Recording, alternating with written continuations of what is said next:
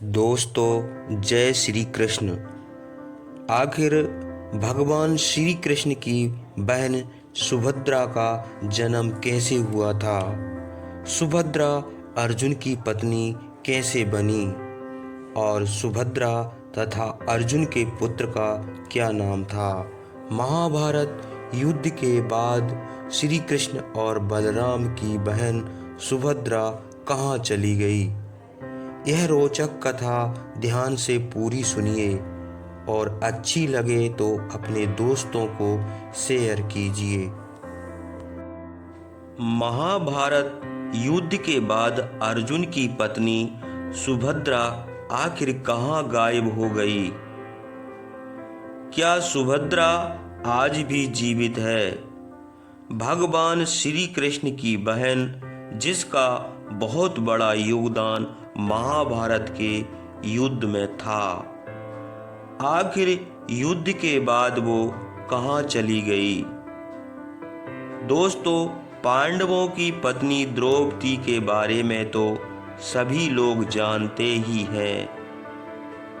युद्ध के बाद वह स्वर्ग गमन कर गई थी, लेकिन अर्जुन की पत्नी सुभद्रा के बारे में कोई नहीं जानता कि महाभारत के बाद उनका क्या हुआ।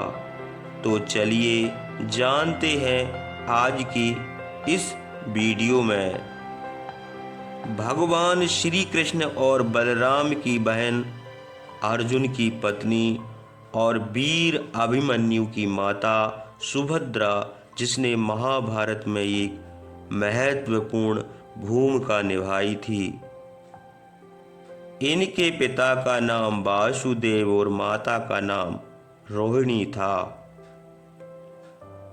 वासुदेव और देवकी की 8वीं संतान भगवान श्री कृष्ण का जन्म होते ही वासुदेव उन्हें रात्रि के समय गोकुल में अपने भाई नंद को सौंप आए थे।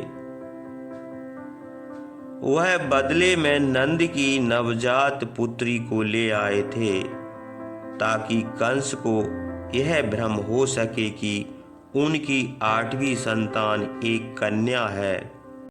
बाद में कंस द्वारा कन्या के वध का प्रयास करने पर कन्या योग माया के रूप में प्रकट होकर अंतर्ध्यान हो गई और बाद में सुभद्रा के नाम से पहचाने जाने लगी।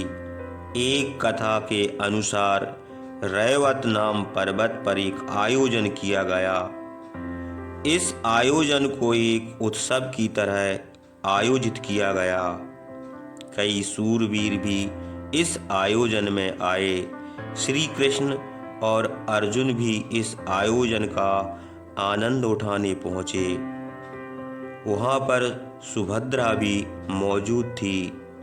अर्जुन सुभद्रा को देखकर मोहित हो गए। भगवान श्री कृष्ण अर्जुन के भाव को समझ गए। तब उन्होंने कहा कि सुभद्रा विवाह के लिए इनकार भी कर सकती है। ऐसी स्थिति में उन्होंने अर्जुन को सुभद्रा का हरण करने के विकल्प के बारे में भी बताया। अर्जुन ने ऐसा ही किया। अर्जुन ने सुभद्रा का बलपूर्वक हरण कर लिया। इस घटना से हड़कंप मच गया, लेकिन श्री कृष्ण शांत रहे। इस पर बलराम को शक हुआ और भगवान श्री कृष्ण से इस शांति का अर्थ पूछा।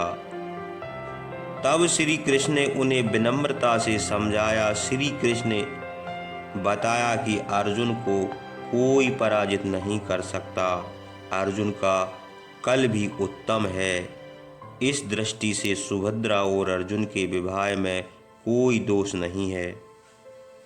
इसलिए युद्ध का विचार त्याग देना चाहिए और अर्जुन के पास जाकर स्वयं ही सुभद्रा को दे देना चाहिए, क्योंकि अर्जुन सुभद्रा को यदि हस्तिनापुर ले गए तो संदेश अच्छा नहीं जाएगा।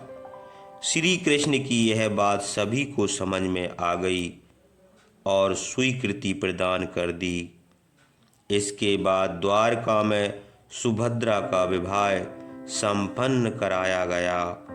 उसके बाद उन्हें प्राप्ति होती है वीर अभिमन्यु की। लेकिन सवाल यह उठता है कि आखिर महाभारत के युद्ध के बाद सुभद्रा का क्या हुआ। वीर अभिमन्यु तो वीर गति को प्राप्त हुए, साथ ही अर्जुन कुछ वर्षों बाद ही स्वर्ग के लिए प्रस्थान कर गए। तो उसके बाद आखिर हुआ तो हुआ क्या, चलिए विस्तार से जानते हैं। युद्ध के पश्चात केवल 5 पांडव और वीर अभिमन्यु के पुत्र परीक्षित ही बचे थे। गांधारी के शाप के कारण सभी यदुवंशियों का विनाश हो चुका था और श्री कृष्ण ने अपनी देह त्याग दी, जिससे दुखी होकर 5 पांडव द्रौपदी के साथ संन्यास लेकर हिमालय चले गए। सभी भाइयों के साथ संन्यास लेकर जाने से पहले युधिष्ठिर ने परीक्षित को राजा बनाकर हस्तिनापुर का राज्य सौंप दिया और वीर अभिमन्यु के पुत्र परीक्षित के सिंहासन पर बैठने के बाद सभी स्वर्ग के लिए प्रस्थान करने लगे। युधिष्ठिर ने दोनों राज्य हस्तिनापुर को अपने पूतों को शासित करने के लिए दे दिया। महाभारत महाकाव्य में सुभद्रा की मृत्यु कैसे हुई, इस बात के प्रमाण तो नहीं मिलते, लेकिन ऐसा माना जाता है कि जब पांडव द्रौपदी समेत स्वर्ग के लिए प्रस्थान कर गए थे और उसके बाद सुभद्रा और उनकी बहू यानी कि उत्तरा अपना शेष जीवन बिताने के लिए जंगल में चले गए थे।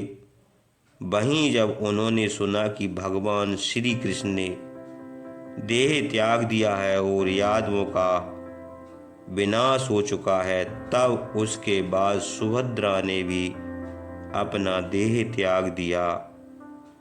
राजा परीक्षित ने बहुत समय तक न्यायपूर्वक राज किया। बाद में तक्षक नाग के डसने पर उनकी भी मृत्यु हुई। सुभद्रा अपने भाइयों की एकमात्र प्रिय बहन थी, जो बाद में जगन्नाथपुरी मंदिर में दोनों भाई श्री कृष्ण और बलराम के बीच स्थित है।